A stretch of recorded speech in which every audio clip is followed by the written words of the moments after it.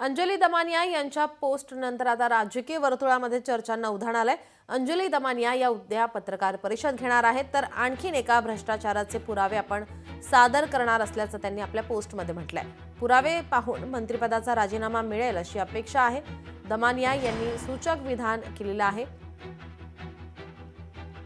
आता अंजली दमानिया नक्की काय आणि कोणती पोलखोल करणार याकडे सर्वांच्या नजरा लागल्या आहेत।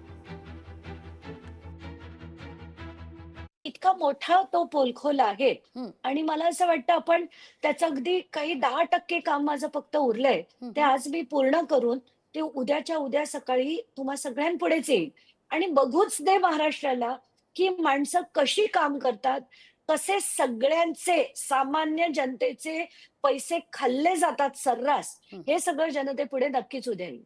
हे बघा, अंजली दमानिया ह्या सुपारीबाज बाई आहेत।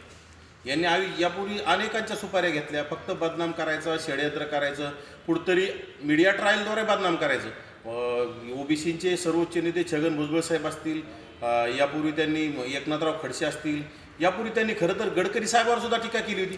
पण ज्यावेळी गडकरी साहेबांवर टीका केली तर त्यावेळी त्यांच्या पक्षाचे प्रमुख केजरीवाल यांना गडकरींची माफी मागायला लावली त्या दमानिया यांच्या कुरापतीमुळं। म्हणजे दमानिया तोंडावर आपटून सुद्धा पुन्हा पुन्हा त्यांचा तो व्यवसाय त्यांनी सुरू केला आहे। कुठंतरी आमच्या जालन्याचे अर्जुन खोतकर यांच्यावर सुद्धा त्यांनी आरोप केले होते। काय झालं अर्जुन खोतकरांच्या चौकशीत, काय केलं त्यांनी? कुठंतरी काहीतरी घ्यायचं, म्हणजे आरोप करायचे आणि सेटलमेंट करायची आणि आपण शांत बसायचं। परंतु धनंजय मुंडेच्या कडून त्यांची सेटलमेंट झाली नसेल, त्यांना काही मिळालं नसेल, म्हणून त्या धनंजय मुंडेच्या बाबतीत अद्याप त्यांचं बोलणं आणि मीडिया ट्रायल आणि आरोप करणं सुरूच आहे।